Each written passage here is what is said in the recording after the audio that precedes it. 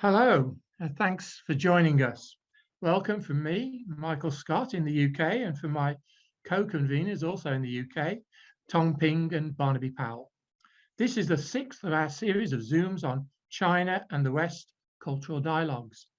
This is a series of talks and discussions in an overall Georgetown University initiative, the Future of the Humanities Project, which is run in partnership with Campion Hall and Blackfriars Hall, Oxford. We hope the project will bring together people through the promotion of the arts and humanities. The aim of this China series of events, which are run in cooperation with SACU, the Society for Anglo-Chinese Understanding in London, is to explore the history, culture, and traditions of China and to look for comparisons in Western society. Through them, we hope that we will increase our knowledge of the rich cultures of both East and West. Our guest speaker today, Dr. Hayley Ma from Leeds University, will give a talk for approximately 30 minutes. Then Barnaby Powell, Tong Ping, and I will ask some questions, including those submitted by the audience. If you have a question, please use the Q&A button at the bottom of your screen and type it in. You can do this from the start of the talk.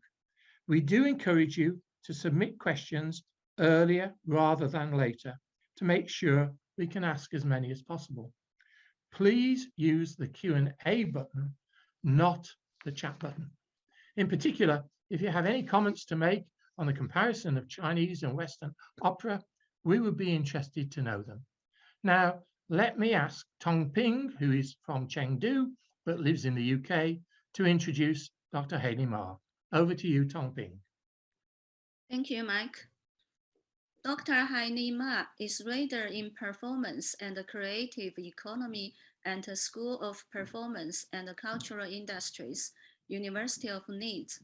Hayley's research focuses on the artistic evolution of intangible cultural heritage in the digital era and their contribution to sustainable socio-economic development. Trained in traditional Chinese opera from her early teens, Hayley was a member of Shanghai Luwan all-female Yueji company before coming to the UK in 1997, where he pursued her academic career. She is the author of Urban Politics and Cultural Capital, The Case of Chinese Opera, and Understanding CCI Through Chinese ICH. Utilizing digital materials generated on the awarded AHRC Newton Fund and the digital resource of existing partners of the awarded AHRC Development Fund, Song of the Female Textile Workers works with UK-China Arts Digital Partners to create a filmed version mixed reality performance to test UK-China digital theater compatibility and audience connectivity. Now over to you, Hayley. Thank you very much, Ping, for this lovely introduction and also for inviting me to give a presentation on my latest project, Son of the Female Textile Workers. Thank you. Okay, I'll start by sharing the screen. Great, thank you. Okay, I'll start this presentation now. I think I have got around 20 minutes and there will be some videos I would like to play for the audience as well. We will keep the time within 30 minutes and give them plenty of opportunities to have a discussion and hear audience feedback. So my name is Hayley Ma. I'm based at School of Performance and Culture Industries at University of Leeds. I think for most people, people will be familiar with the concept of performance. But culture industries and creative economy perhaps is less familiar. So I'll start with a very basic introduction of what is cultural and creative industries to set the scene for today's talk. This phrase, the culture industry, was first coined in the 1940s by Adorno and Hochmer. It describes the rise of digitalization of culture in general, which include cinema, jazz band, and CDs, DVDs, and also radio, magazines. And this was kind of the first proposed in the USA, in New York, but it was the time that globally, including Shanghai, France, and Germany, and other parts of the world, and that culture industry was rising.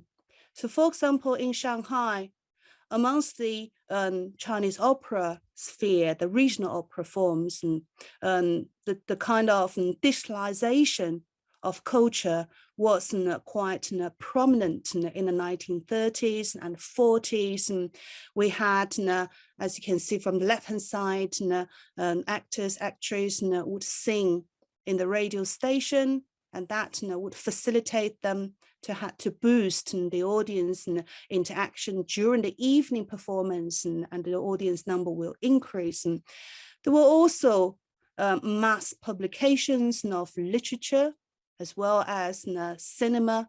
So all of this, radio, theater, magazines, and newspapers, and novels, and films were all classified as the culture industry. If we fast move forward into the 1980s, okay, lots of things happened in between, but the crucial point was 1980s. In parallel across the West and the East, something happened, and that was the decline of industry. When I say industry, that refers to the Industrial Revolution based in industry, so textile industry, coal mining, and other steel factories, and they were all collapsing.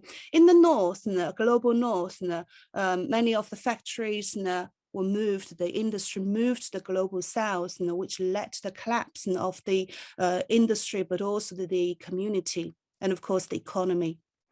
In China, it was more or less the same period in the 1980s that China starts this fast economic development, as you know, which led to the Tiananmen Square event. So in the 1980s and 1990s, there was some economic and social structural change. First proposed in Australia in 1994, this phrase creative industries, and then followed by the UK culture policy and the phrase creative industries proposed in 1998 by New Labour. Followed by in China early 2000, the phrase of from made in China to created in China, and that was followed by in the 1990s large scale mass redundancy. All the factories were closed down, which we will talk a little bit more later. But in essence, if you ask people what is cultural and creative industries, the terminology changes. Some countries use creative industries, some countries such as China stick to CCI, cultural and creative industries. But in essence, the concept of culture and creative industries could be summarized as the following. They have origin in individual creativity, skill and talent, and which have a potential for wealth and job creation through the generation and exploitation of intellectual property. So this puts emphasis on creative industries, which has been promoted in the global north, led by Australia and UK. And as we can see here, puts emphasis on individual creativity and skills. However, I want to draw your attention to the China and the phrase. China has always used the phrase CCI, which is cultural and creative industries. And that puts emphasis not only on individual creativity, but also on the broad culture, especially heritage culture, to be brought into the creativity of the new industry, the so-called cultural and creative industries. So that is the background of what is cultural and creative industries. So following on from this, the development, the insertion of this new terminology, a few definitive kind of articles or books came out to further refine or define what is cultural and creative industries. And so we have the Creative City, for example, by Landry, talking about how to utilize the rundown areas such as the poor areas, the cities being abandoned, how to recreate a vibrant past, a vibrant present through the past and heritage. And also we have Florida talks about the rise of the creative class.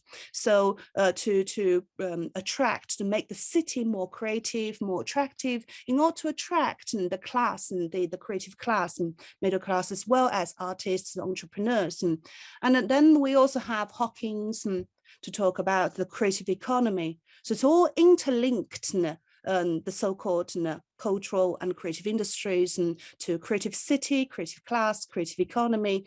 And then we have in the 21st century, very much today, established developmental outcome of cultural and creative industries.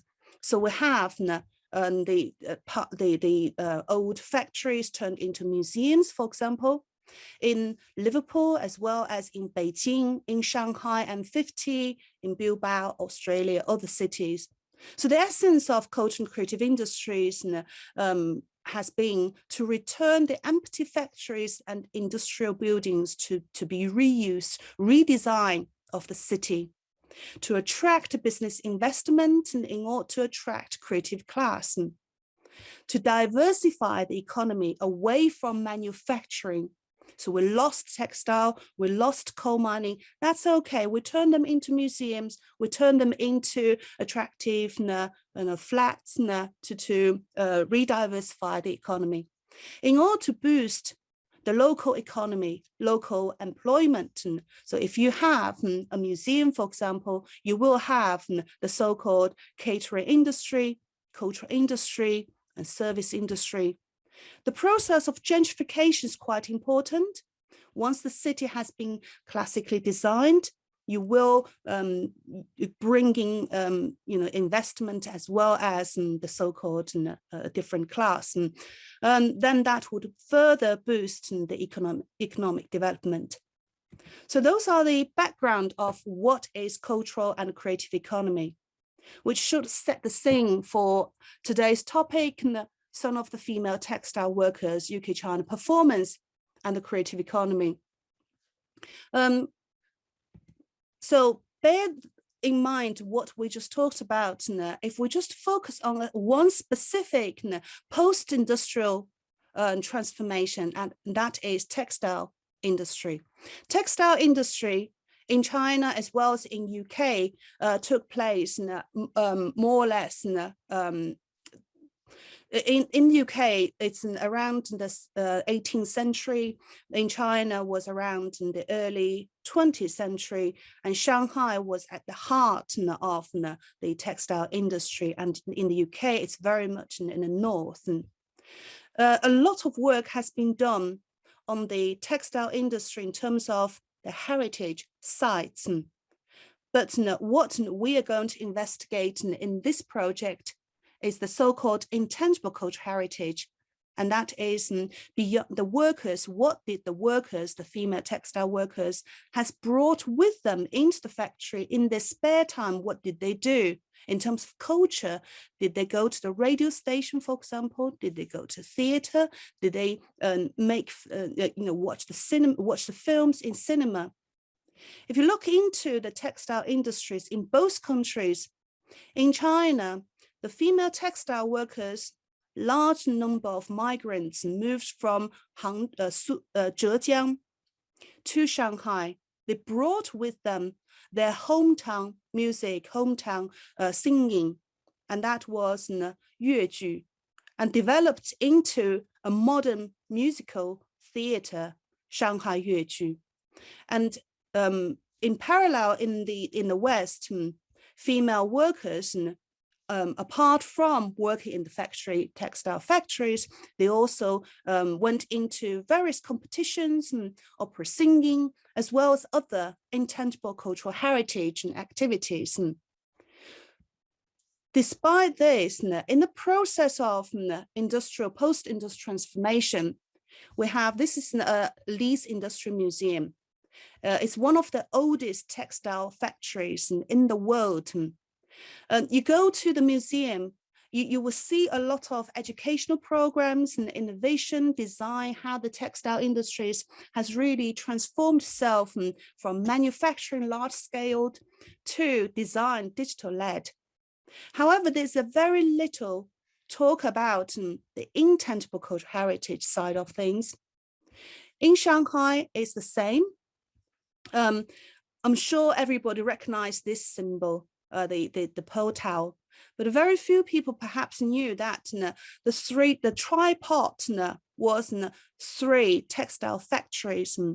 They were demolished in order to redesign, remake the landscape of Shanghai city, the so-called creative city. On the right-hand side, we have the picture of Shanghai Textile Museum. Again, it was a textile factory. It's right next to M50. It's only 1 street away, literally 1 street away. When you walk into M50, you will see this mural, or the female textile workers. But if you ask the visitors, very few people will know about the intangible cultural heritage part of the history. We did a research, field research in M50, which was funded by the AHRC, Arts and Humanities Research Council in the UK, Newton Fund, Creative Economy in China, Popular Performance for New Urban Audience, Reconnect Shanghai M50, and All-Female Yueju. We interviewed 100 visitors and asked them their knowledge of the site, of the intangible cultural heritage, and what they think of the link between the two. The finding was quite astonishing. Over 60% of the people, randomly we interviewed, they didn't know M50 was a textile factory in the past, and over 40 that never have heard of Shanghai Yu Opera. Bear this in mind, Shanghai Yu Opera is one of the largest and most popular operatic forms out of the 348 forms in China. And when we asked, do you think the story of the textile, the ICH and intangible cultural heritage should be told? 79, nearly 80% agree with us. And they also believe that over 84 believes that would enhance visitors' experience to really merge tangible with the intangible cultural heritage. So the finding has been published, and if you're interested, you can read it in the International Journal of Heritage Studies, The Missing Intangible Cultural Heritage in Shanghai Cultural and Creative Industries. But taken away from this research finding, what we are doing now is to develop this performance based on the audience feedback. And yes, they would very much welcome to know the story of the past and to integrate it into the heritage site. So we developed a story called The Son of the Female Textile Workers from scratch. And that funding was secured during the pandemic period. And during this 1 year, it was very much a hard work. Right from the beginning of the pandemic, we didn't have much experience of how to communicate with people, not just in the UK, but in China, not just communication, but creation. Of course, now we're kind of, all of us are more or less connoisseur of digital communication, but not right at the beginning of the pandemic. So there were a lot of hard work, but after this 1 year, we have created entirely online, through online communication, 2 outputs. One is the digital curated museum exhibition, Son of the Female Textile Workers. And the other is a 40 minutes long filmed version, mixed reality performance, Son of the Female Textile Workers. So I'll just play this too for you, for you to have a look. So this museum exhibition, which you could Google online and you can watch it at Leeds Industrial Museum, features 6 documentary films created by our partners and students from scratch. And they feature the transformation process from made in China to created in China, the redundancy process of the female textile workers, and how the manufacturing industry was transformed into the service industry. But in the process of doing that, more importantly, how the intangible cultural heritage has been transformed from the stage to immersive site-specific performance, as well as to the digital performance, the gaming industry. So these are the, if you're interested, you could have a look at Son of the Female Textile Workers exhibition at Leeds Industrial Museum. The other output is the performance. So I will just play for you 2 clips of the performance before I continue to talk about the background and the impact to cultural and creative industries.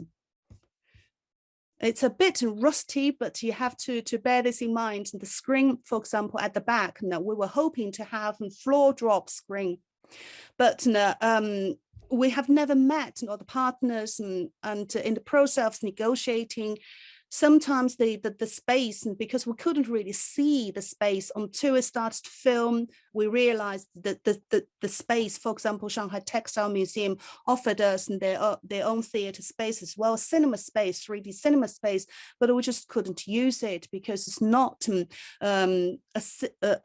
not really designed for filming. It's very much a theater space or a cinema space, which is different from our requirement.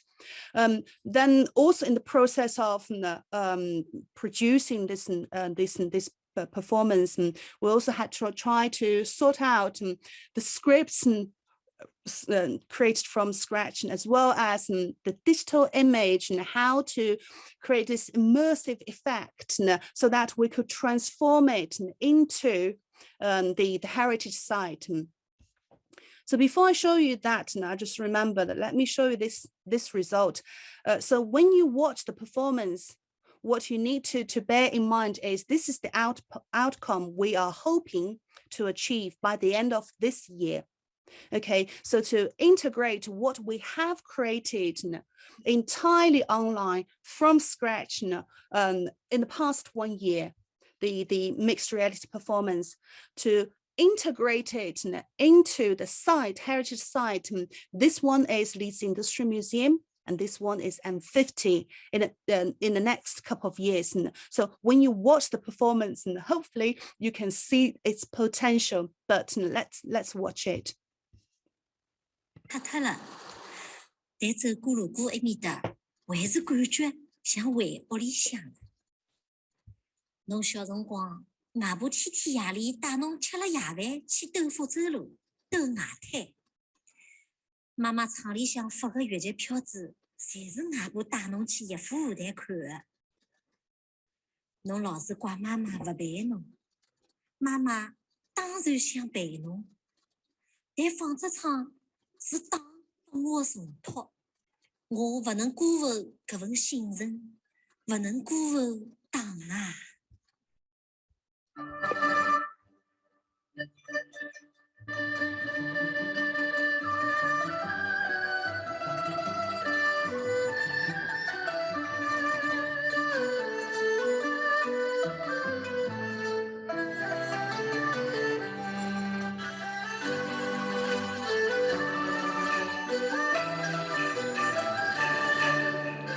小娃呀，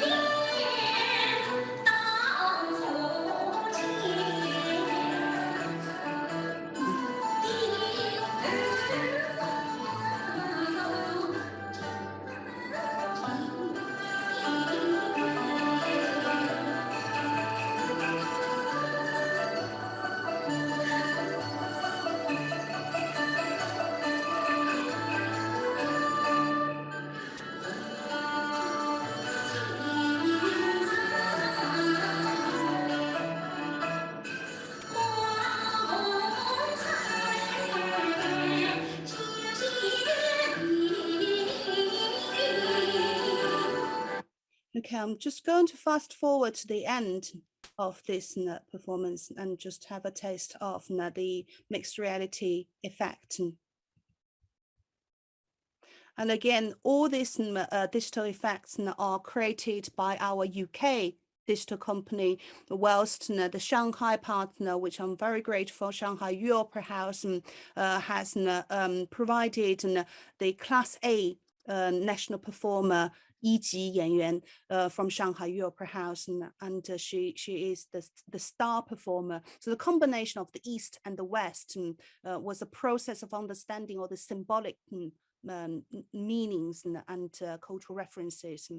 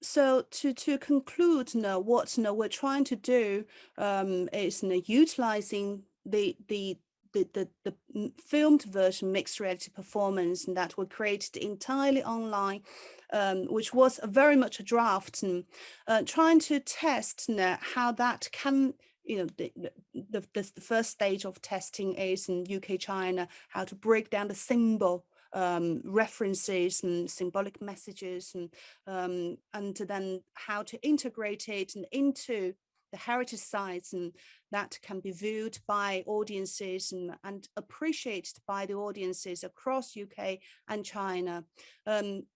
So the following main themes is we're trying to emphasize on ICH textile heritage, production as well as consumption, trying to create that in a creative chain.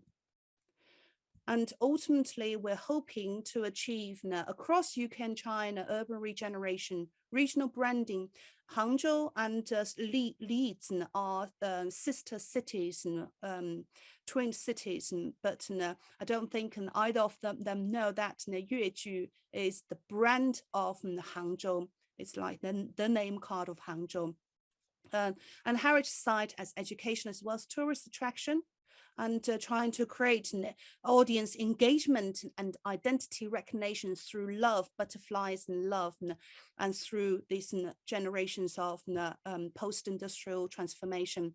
And in the process of doing that, we're integrating small and medium enterprises and SMEs with art institutions to enter China market, and vice versa as a cluster, the so-called creative economy, and trying to develop a sustainable performance in creative industries.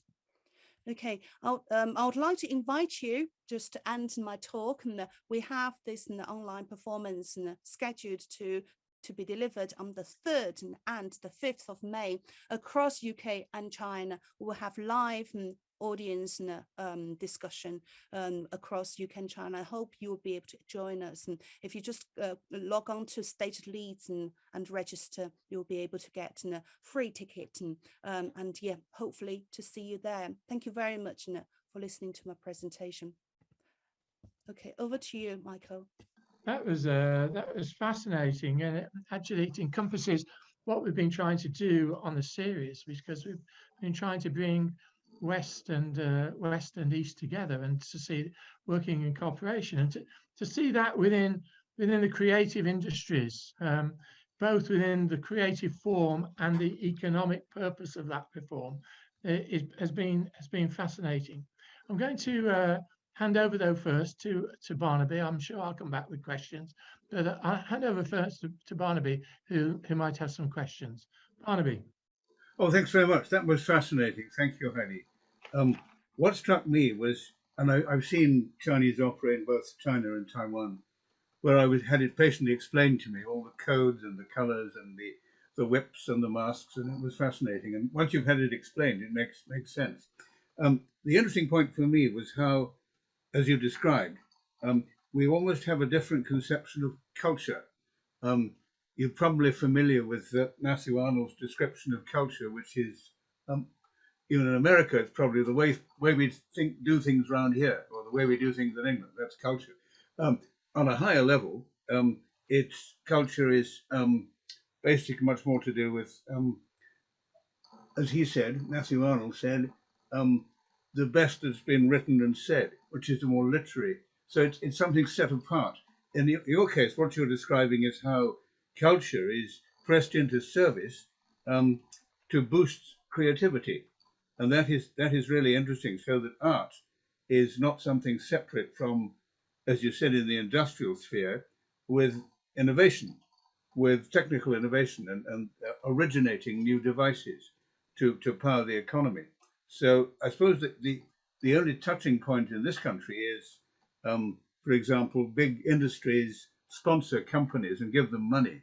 So there is no real overlap.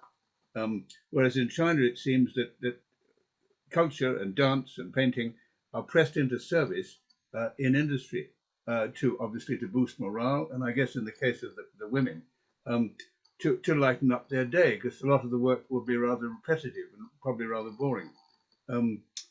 So this is an interesting new dimension. Would you agree with that? Was it something that is much more integrated, that art and innovation are much closer, and as I say, serve each other's interests much more closely? Yeah, thank you, Barnaby, for this very enlightening kind of description. I think culture, well, the definition of culture, especially we use in culture and creative industries, is very much based on Raymond Williams, and culture is ordinary. Really? So, Raymond Williams, fellow Welshman, yeah. Great man. So it's very much to do with the breakdown of the high-end and popular culture in the so-called culture and creative industries. And what I would like to emphasize, which has been a debate amongst scholars and in this field for a long time, is culture as a product or as an industry, inverted commas, is very different from the manufacturing industry. And that is, it does have other dimensions in educational, soft power, so political economy, and so on and so forth. It's not a straightforward manufactured goods. And so when we do produce, when we work in this environment, we need to bear this in mind. Opera in the West is very much high art. It is heavily subsidized by the government, purely because of the scale as well as impact.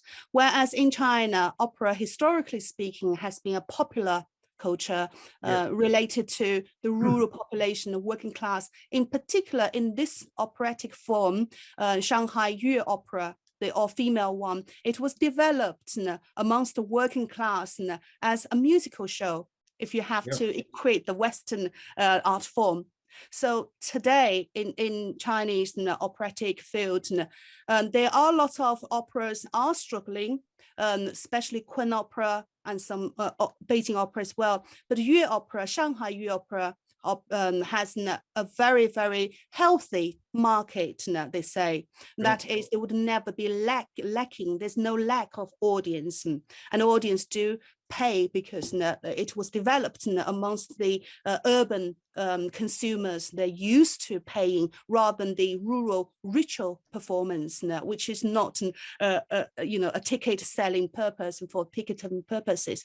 So each opera is different. I would say culture in this context has to be analyzed case by case, based on case by case. Yeah, the other thing that strikes me is how opera has been adapted and modernized. I know that most of the folk tales and the stories which classic Chinese opera is based are stories from sort of pre-17th century, and they've been maintained, and they are really intangible cultural heritage because they are sort of enshrined as part of the lasting Chinese culture. So this attempt is a very brave one to adapt it, to make it more accessible and more identifiable with modern life, with modern times. I remember seeing Chinese opera, I'd say both in Mende and in Taiwan, and what I enjoyed most was the fact a lot of them are open air, and a lot of them have permanent stages where people just gather in the evening and watch, as they did probably Shakespeare in the 17th century, where they performed the plays off the back of a wagon. So it's earthy, provincial or just very feudal activity. So the attempt to adapt it and modernize it is very interesting. So it will live, it will survive. Yeah. In terms of, I agree with you to a certain degree. I think that you have very acutely observed the popularity of Chinese opera, but Chinese opera has been very much developed, depends on the region, which city they're at, and also urban or rural, and also whether it's high art or popular art. Kunqu, for example, is quite distinct. It has always been the scholars' favored performance, and since Zhang Jun developed a garden version, Kunqu, performed in Suzhou Garden, Shanghai Garden, the ticket price just shot up, and it's very much beloved by the scholars, young scholars, educated people, because precisely because of the government long-term investment in educating art forms amongst the students and the audience.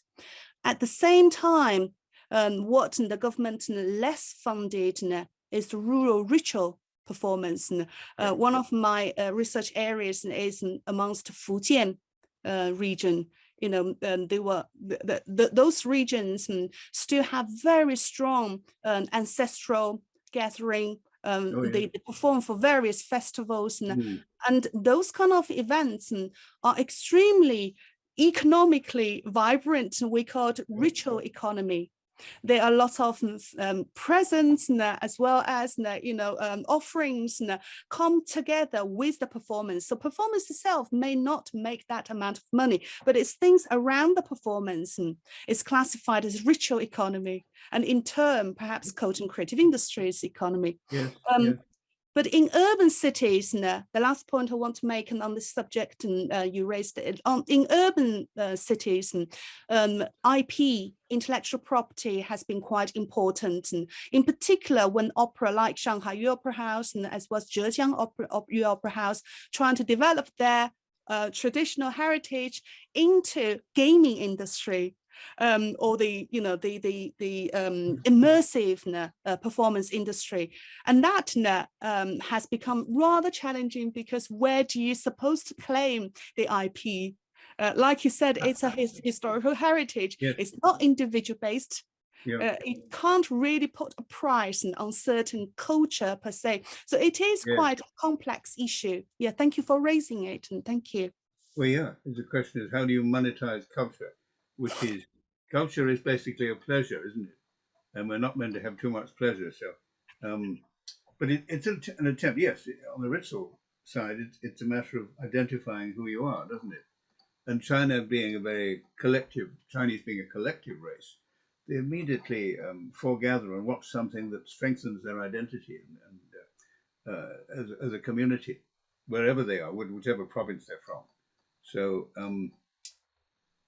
I think probably because theatre in the form that we know in the West doesn't really exist except in translation or in some modern forms, there is a certain, I think, hankering after the stylized in a way that we don't really have in the West. We're evolving, and a lot of it is like conceptual art is a bit incomprehensible. Whereas in China, it's very clear, isn't it? Exactly, people know the storylines, and they know the costumes, and they know the codes and the colors and the masks and the whips and all the flags, for the generals and all this stuff.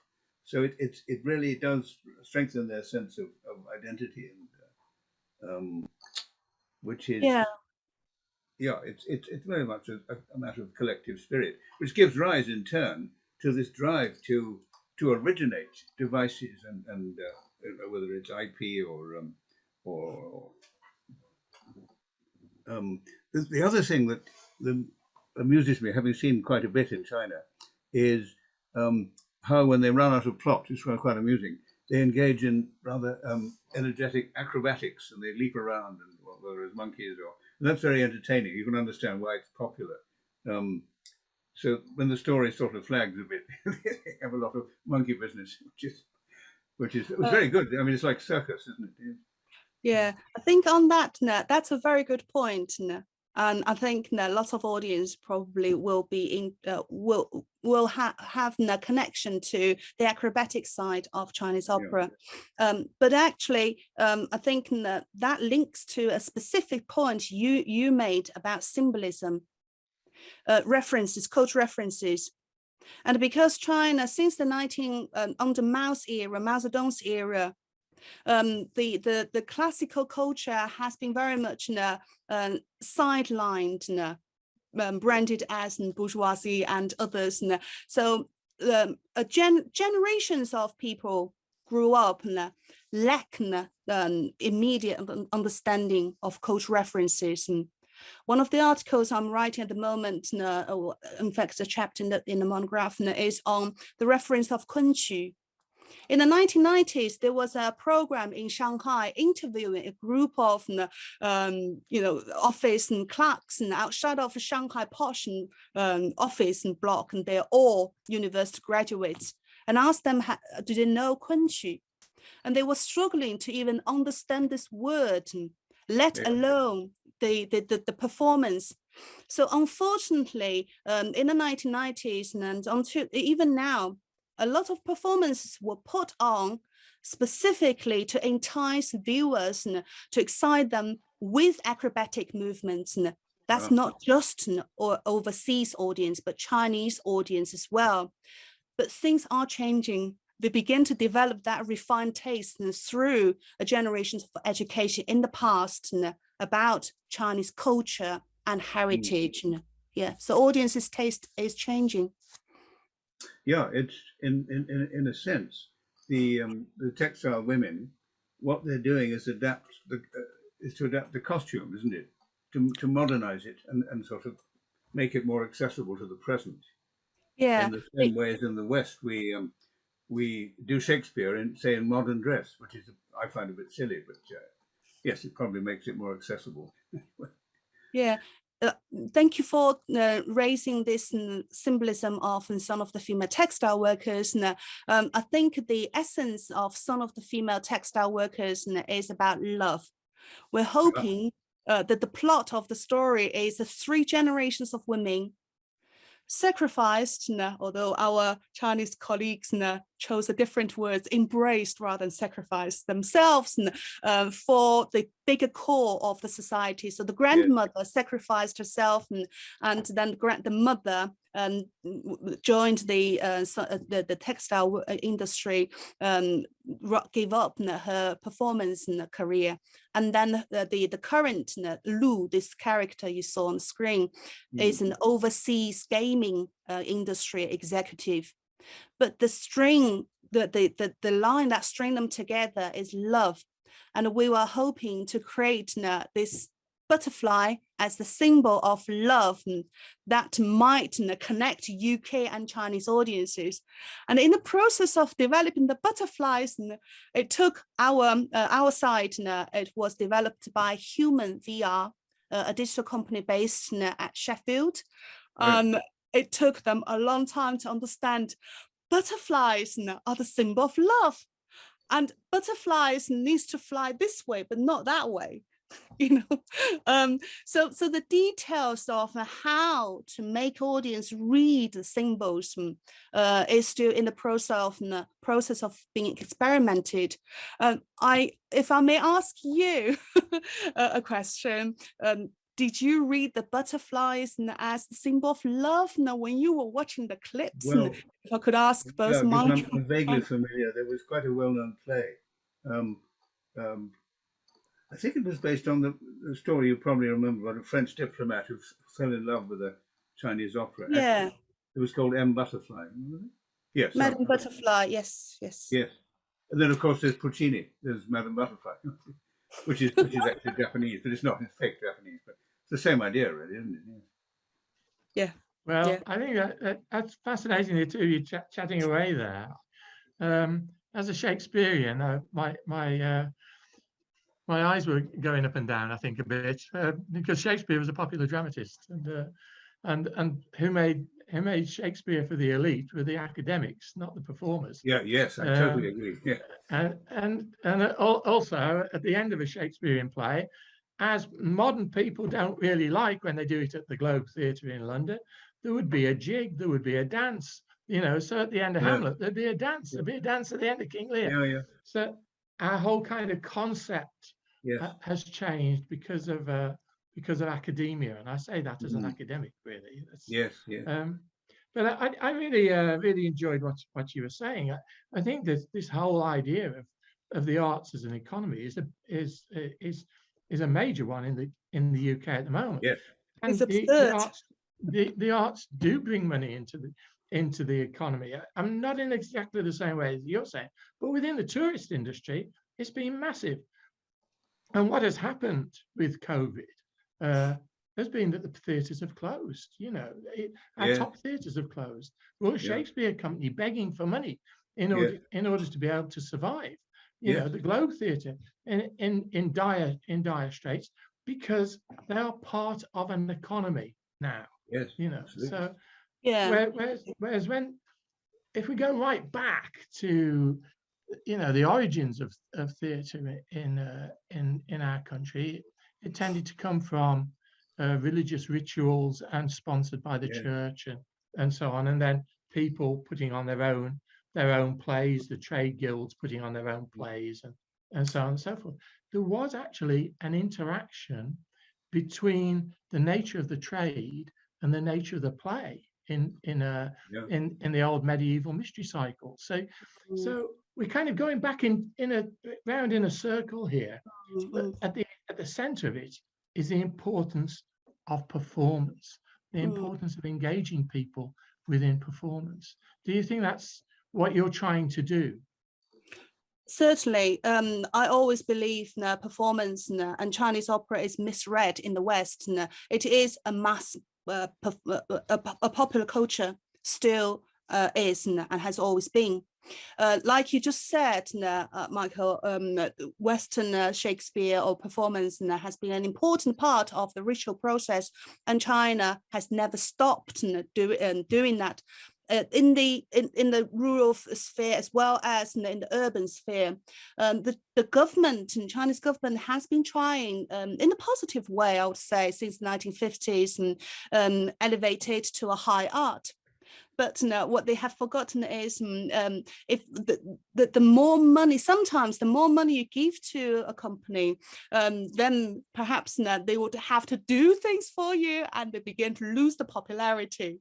So Yes. this high and popular goes hand in Yeah. hand. So today, the most popular part of the Chinese opera sphere is actually where the Chinese government doesn't sponsor, and that is the Fujian area that perform for ritual purposes, as well as other parts in the rural part, and they do perform for the community. And the other thing, talk about culture industry, cultural tourism is so important. Thank you for hit the nail on the head.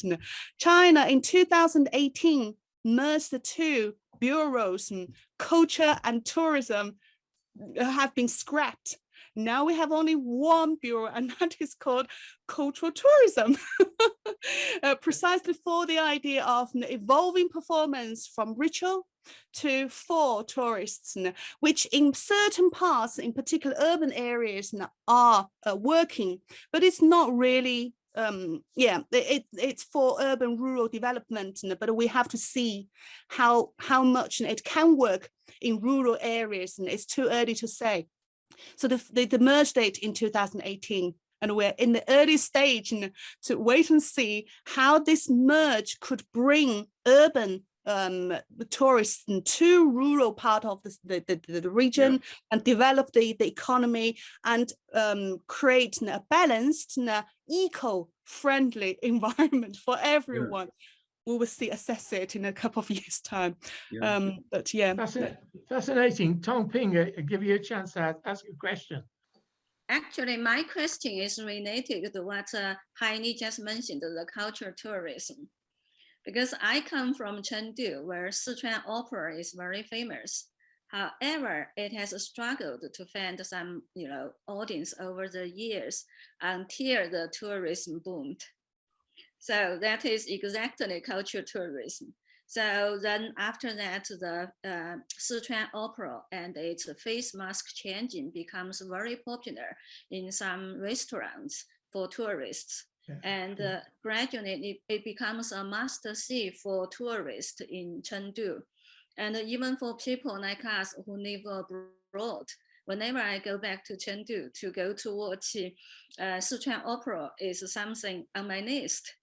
So because your research area and is in Yue opera, so has Yue opera been accepted by a wider audience through some innovative promotion? Thank you, Tong Ping.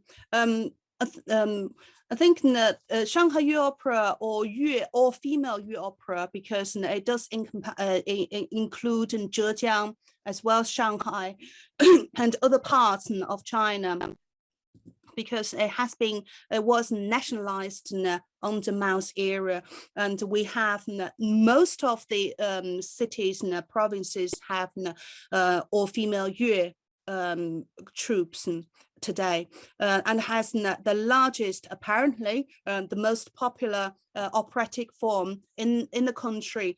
Some people say Beijing opera is more popular, but some articles and research say the all-female Yue is more popular.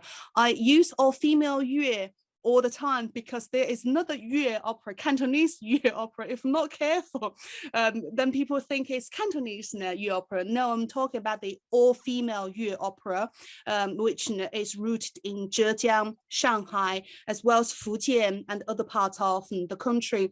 Although Shanghai has been introducing male performers into the operatic form, but all-female Yue is remaining the most popular one. And I think in the article I mentioned, when you go to Shanghai, you can't see the performance, unfortunately, because the Grand Theatre, the redesign of the urban cities has meant only people with a substantial amount of money can pay for the high-tech price and can go into that sanctioned space. So you don't see these audiences, unfortunately. Majority of them are redundant textile workers, and 500,000 of them were made redundant, as well as the female generation. So what you do see at the beginning of the pandemic, now when Shanghai Yue Opera House starts to test online streaming, I think it's 1.8 million. You know, it's the most popular operatic performance now in the whole city, if not the country. Yeah. So yeah, that's the difference, and depends on the space you go into, as well as which area you go into. But going back to just to conclude from this part, Michael, thank you for emphasizing the importance of culture. And culture is not, but my research is performance in the we call it 13 sectors of culture industries. 13, gosh. One area I'm focusing on is performance, and although it does encompass with other sectors such as digital, gaming, radio, TV, but performance itself, you can't measure the art and the performance purely based on economic return. It does have other values, and that is educational value, as well as the long-term investment and kind of nurturing identity and soft power, all purposes in one. Yeah, so it's a different industry, quite unique. Very good. Well, we're running out of time.